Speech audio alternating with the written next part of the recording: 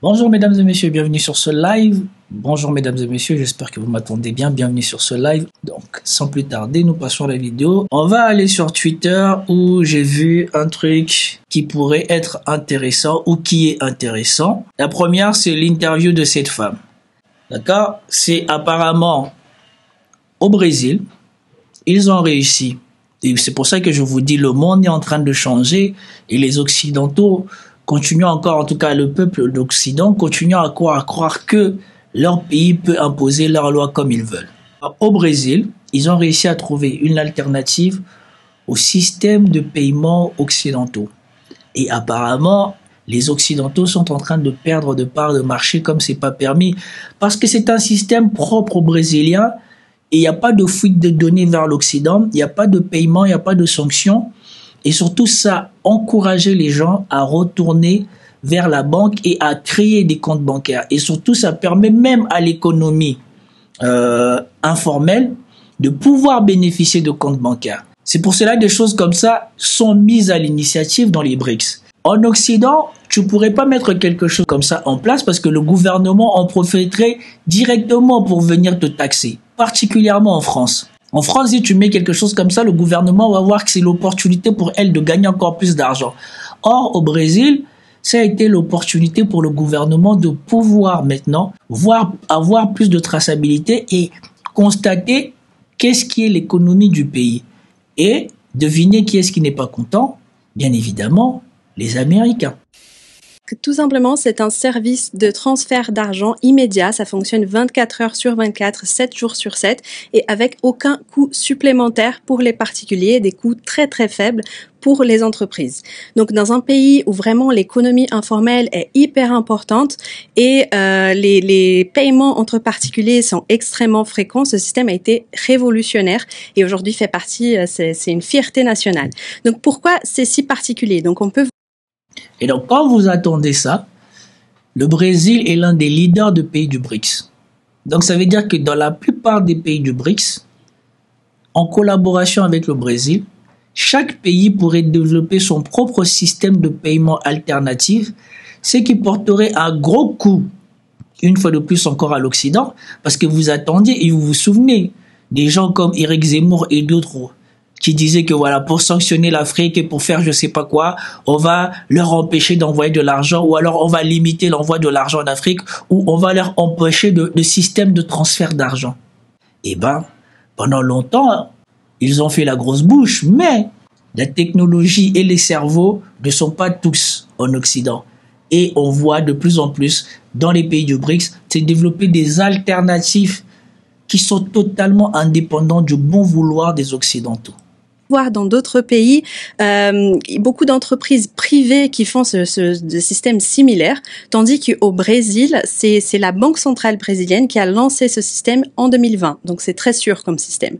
La deuxième chose à prendre en compte, c'est que c'est vraiment une utilisation massive au Brésil. Tout le monde en utilise. C'est déjà 76% de la population que l'utilise selon la Banque centrale brésilienne.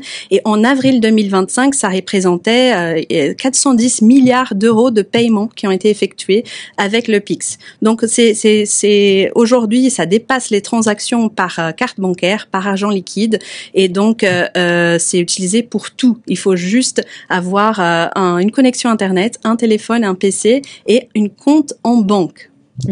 Voilà, un système qui est un véritable succès, a même été forcé de dire le vice-président brésilien devant la presse cette semaine.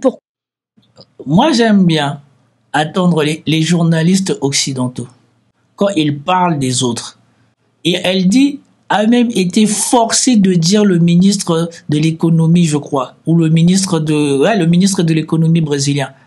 Pourquoi il serait forcé de reconnaître le succès d'un outil que son propre pays a mis en place? Pourquoi il serait forcé? Il faut toujours regarder le champ lexical, le langage, les mots choisis pour décrire ce qui se passe dans d'autres endroits du monde. Et les mots choisis pour décrire ce que eux font dans leur pays. Pourquoi? Parce que Donald Trump s'en prend à Pix aujourd'hui. Oui, ça a attiré l'attention de nos amis américains. La semaine dernière, ils ont annoncé une enquête sur les pratiques dites déloyales concernant les services de paiement électronique au Brésil. Donc, selon les médias... Mais franchement, ça, c'est pas avoir du culot, ça. Toi, t'es là-bas aux États-Unis et tu vas dans le pays des gens dire que vous avez des pratiques déloyales par rapport au système de paiement électronique. C'est incroyable le culot de l'Occident. Vous imaginez si en Afrique, genre un pays africain disant à la France, vous faites de la concurrence déloyale en Afrique au niveau des systèmes de moyens de paiement? Orange Money, ça existe en Afrique. Vous imaginez si les pays de Centrafrique, comme ici, là où on est, au Cameroun, genre le gouvernement camerounais venait à dire à Orange que voilà, c'est de la concurrence déloyale, votre système de moyens de paiement, parce que vous êtes déjà l'opérateur téléphonique important au Cameroun, et donc vous captez, vous êtes en position de dominance parce que vous captez naturellement les clients qui pourraient adhérer à d'autres systèmes de moyens de paiement. Vous imaginez? Donc eux, chez les gens, ils font tranquille, on les dérange pas.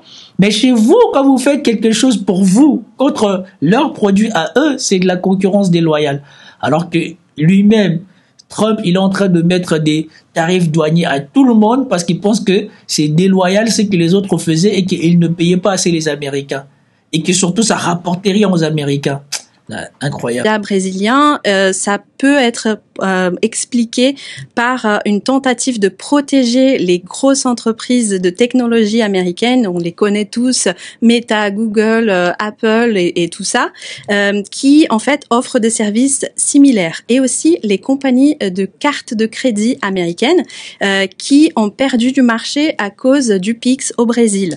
Donc c'est le cas le plus que je peux expliquer le mieux, c'est avec Meta, la maison mère de l'application WhatsApp, qui avait annoncé un système similaire de paiement par WhatsApp en 2020, donc avant l'arrivée du Pix, et que à l'époque les autorités bancaires brésiliennes ont décidé de freiner, et ils ont retardé le déploiement, disant que cela pourrait porter atteinte au système de paiement brésilien. Et juste après, ils ont lancé le Pix en novembre 2020.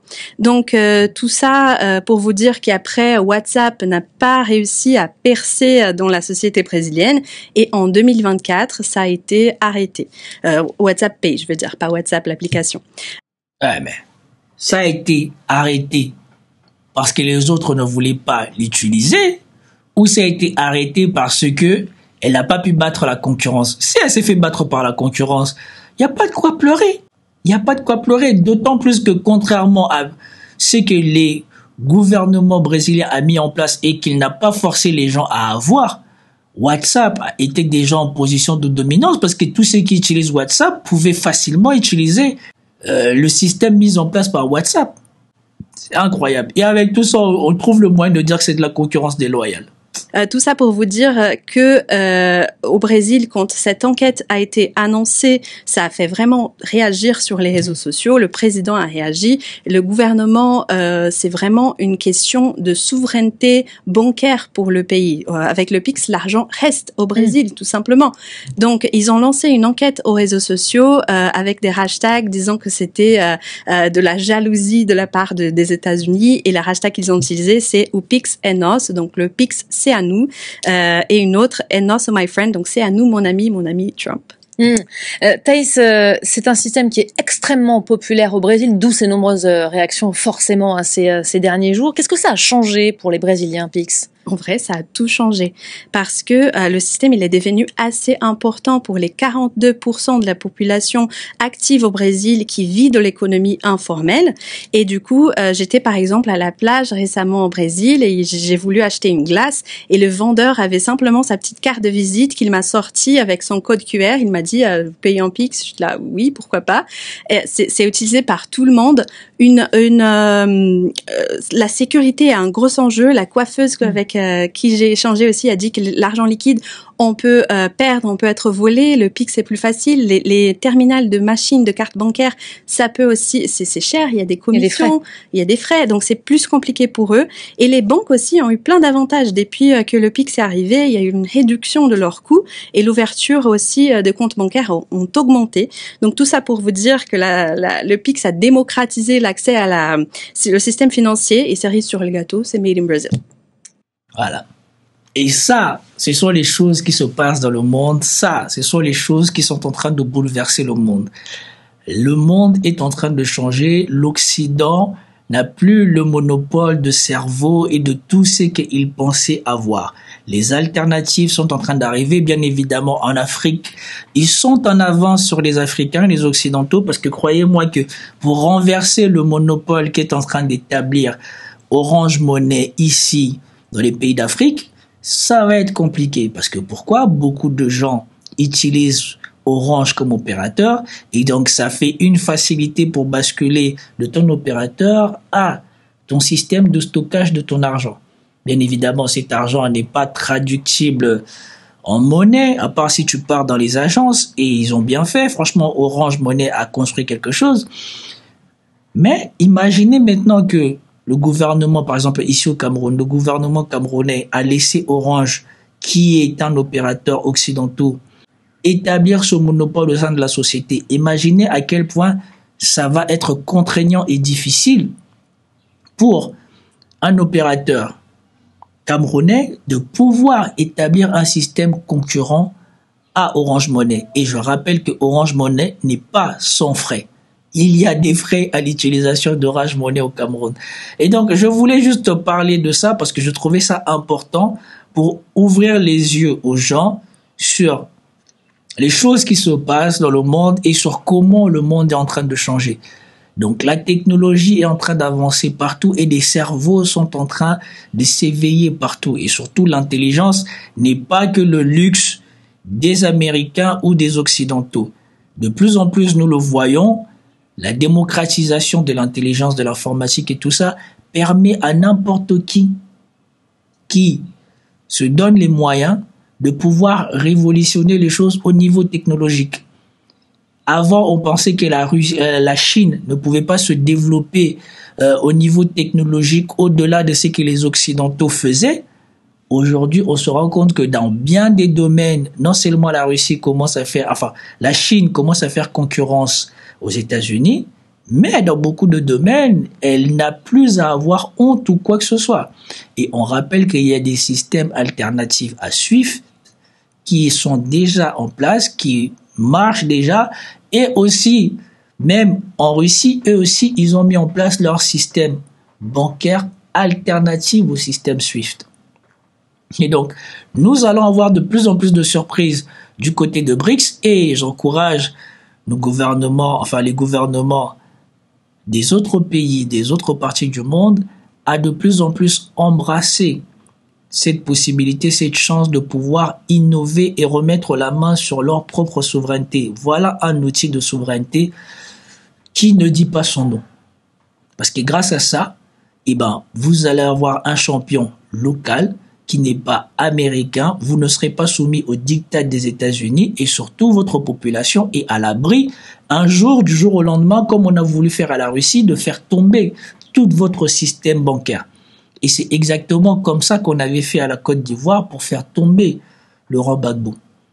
On avait shut down, fermé le système bancaire ivoirien, ça avait suffi pour causer le plongeon de Laurent Gbagbo. Quoique, il avait quand même pris des initiatives pour pouvoir remettre ça en place, et c'est là que le coup près était tombé. Peace out.